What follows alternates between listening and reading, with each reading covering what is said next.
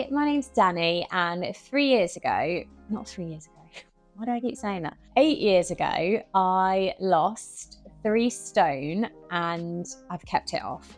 And I completely changed my lifestyle. Ever since then, I've been sharing all of my lifestyle changes, my food, a little bit of my fitness, and everything sort of health related over on Instagram and more recently here on YouTube. Today, what I wanted to share with you are 5 tips to help you with overeating. Now, this has been something that I am still working on, but have made massive improvements to over the last 8 years. And I've come up with 5 really specific things that have really helped me to do that and helped me to come away from having to rely on calorie trackers or calorie counters to maintain my weight and be able to live my life with a much more intuitive approach.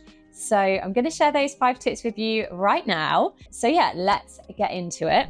So tip number 1 is mindful eating. Now, this is a really important one.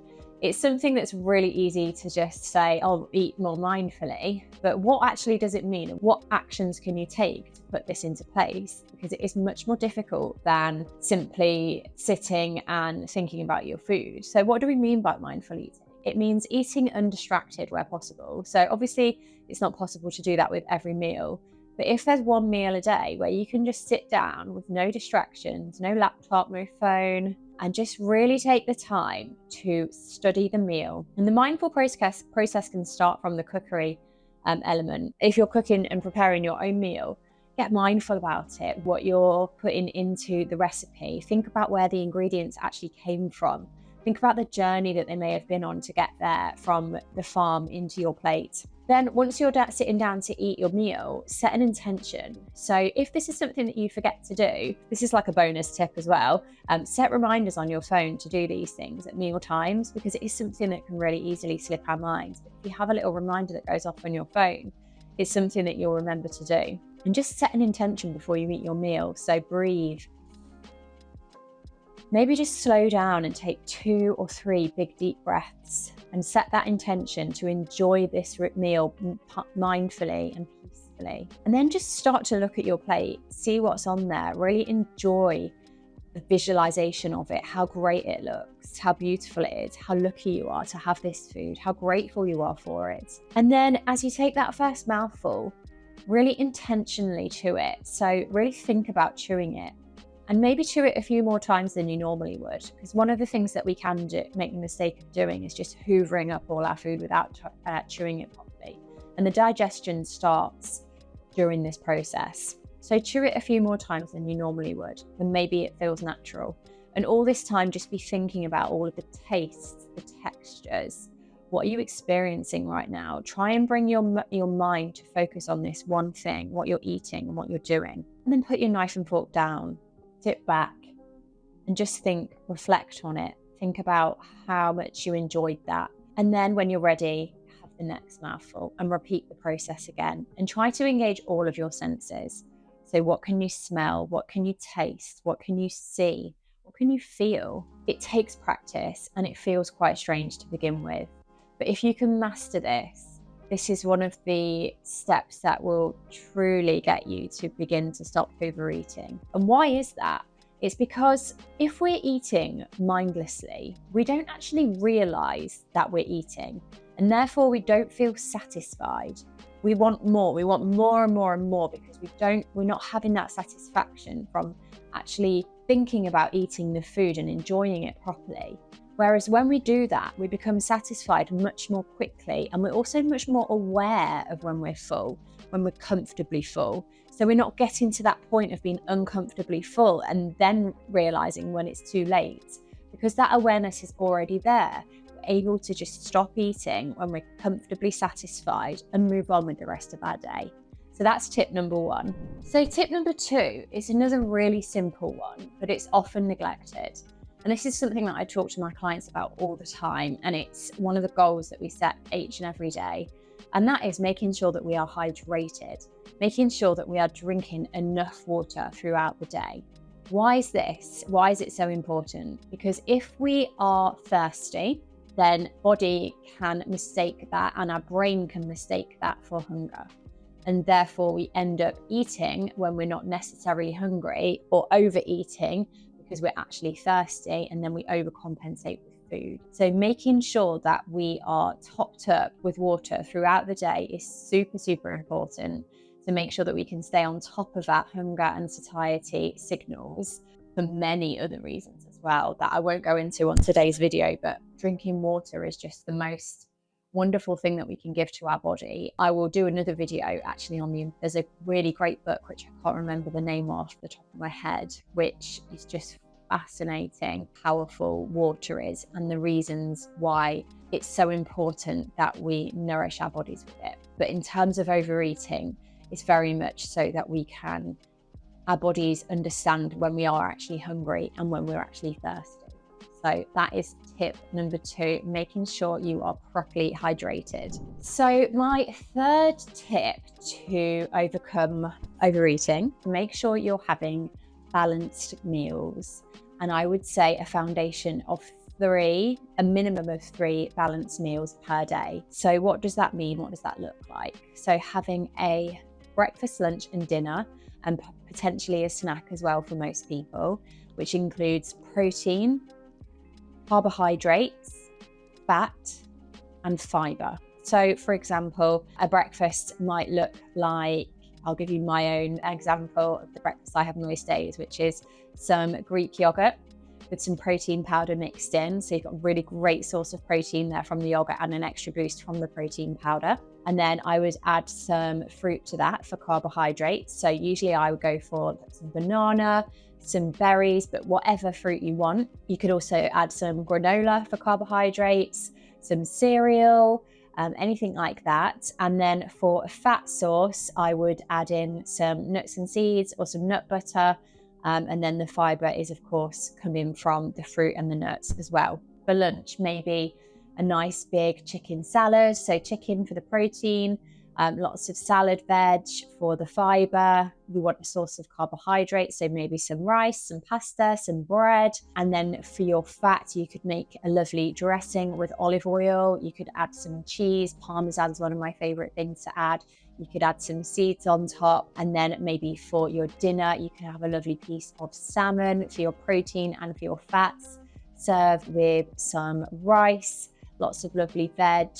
And there you have it, 3 really easy, really balanced meals. And why that's important for overeating is we only focus on one of the macronutrients. Our body doesn't feel satisfied because it needs a good balance of all of them to thrive. So if we're having, say for example, a very carb heavy breakfast, our body is then going to crave more food for what it needs. And also because protein, if you miss out protein, this is a key element, and this is what helps us to feel satisfied and full. And it takes our body works harder to process that, which means that we ultimately stay fuller for longer. It's really important to get those balanced meals in, and that can really help with overeating. It's much more easy to eat things like, say for example, the breakfast I described. It's quite difficult to overeat on something like that. Whereas if you have a bowl of cereal, which is predominantly carbs, it's very easy to just plow that down and eat it and not really feel satisfied, and therefore end up overeating. And the overeating might not come from the actual meal, but then later in the day because we don't feel satisfied. So say for example, we have a serving of cereal with milk for breakfast. Halfway through the morning, we're then going to feel hungry again, and we're then going to eat more than potentially our body's actual requirements are for calorie intake because of this. So balanced meals can be massively helpful to prevent unnecessary snacking and hunger pangs throughout the day. So that is our third tip. So my fourth tip is to start getting curious with your hunger and address any emotional eating that may be happening. Sometimes and this is going to be partly the fifth tip as well, is differentiating,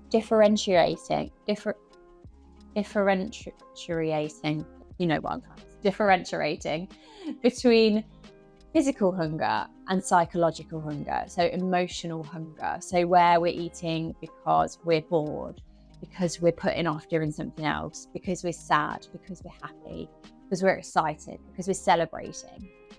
Now, there's nothing inherently bad about certain emotional eating. Sometimes it can help comfort us in the moment, and that can be a good thing. But when it's happening on a regular basis and it's working towards the problem that we have with overeating, this is when it is becoming a problem. So we can start to explore that, to get curious about it. So noticing when it is that we are eating out of emotion rather than true physical hunger. And then maybe just doing a bit of work around that. So just journaling a little bit about what are the feelings that are coming up right now that are making you want to turn to food. And again, this can be something that's quite difficult to do and feels quite unnatural. But if you are able to do this, then you can start to process this emotion in a different way, and eventually understand yourself better, get to know yourself better, and then start to think of other ways that maybe you can find comfort rather than looking to food. So is there another way that you can deal with this emotion that doesn't involve eating? So could you just go and have a cuddle with your dog? I know that sounds really silly and basic, but actually sometimes that's all we need. And that might even make us feel better than a chocolate bar does in the moment. So start to get curious with your emotions. There's no intention here about stopping the emotional eating, but just starting to understand why you're doing it. And once you understand the why, then we can start to put something in place to potentially replace food in that instance, or to understand our own behaviors. So for example, if I don't want to deal with a certain work task, then I will start to procrastinate and I'll start to look for food to eat instead. And I never realized that for a while. And that was a big contributor to me overeating.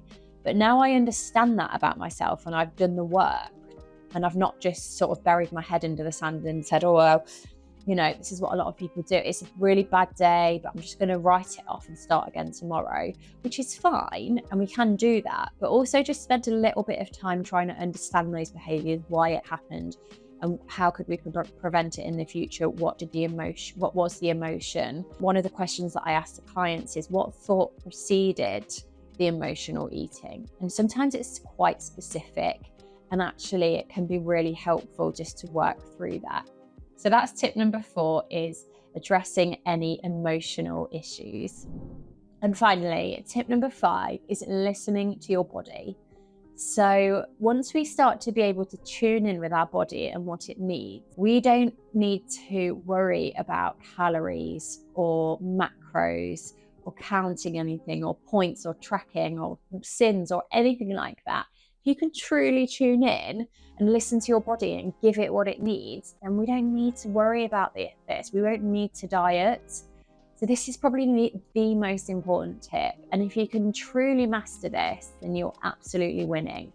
This is something that I'm still working on. It takes years to master. Some people actually do it really naturally. So probably people that we describe as naturally thin or really lucky, they just do this without even thinking about it. I know, looking at my 4-year-old, she does this, and I really hope that it doesn't get knocked out of her like it got knocked out of me and so many other people. But truly listening to her body and eating when she wants to eat and stopping when she's full. Now, for an example of this, my daughter will eat half a biscuit and then just leave it when she's satisfied. Like, I don't think I've ever eaten half a biscuit. Like, I just would not do that. But actually, if I truly tuned in with myself, I probably don't need a whole biscuit sometimes. Sometimes I might only want half, but I wouldn't do that because of the way that I think about food. And actually, do you know what? She's not even thinking about it. This is happening all naturally and internally without her having this whole thought process. But we need to have the thought process in order for us to move to the point where we're no longer thinking about it and it comes naturally. We all started off like this. We were all toddlers at one point and babies that ate intuitively. And then as we became adults, somehow, for whatever reason, without upbringing or other things in life, then this gets knocked out of us. So listening to your body. So understanding when you are hungry and physically hungry and you want to eat, but also, and more key, is understanding when you're comfortably satisfied, and all of the other tips kind of take you to this point. So the mindful eating, making sure that you've got enough water, the emotional eating side of things, bring you to this point of being able to stop eating when you're comfortably satisfied. So sometimes I might describe that as 80% full, 8 out of 10 full. You don't want to be bursting at the seams, uncomfortably full. We want you to be 8 out of 10 full. My daughter, for example, will have a plate of food in front of her dinner. She will eat slowly and fairly mindfully, although sometimes distracted, and she will stop eating when she's satisfied. I didn't used to do that. I would clear everything on my plate because it was there. Partly, I think, because I think people from my generation were brought up to eat everything that was on the plate, and we wouldn't be able to leave the table until we were finished. Encouraged to continue to eat once we were satisfied with our food. And that isn't, sorry mum, if you're watching this is nothing against you. I know it's a generational thing and how your generation were brought up as well. So I think anyone really prior to this generation was brought up in that way, where we were made to clear everything on our plate. But actually, if we truly listen to our body, it is okay to leave food on our plate and stop when we're comfortably full.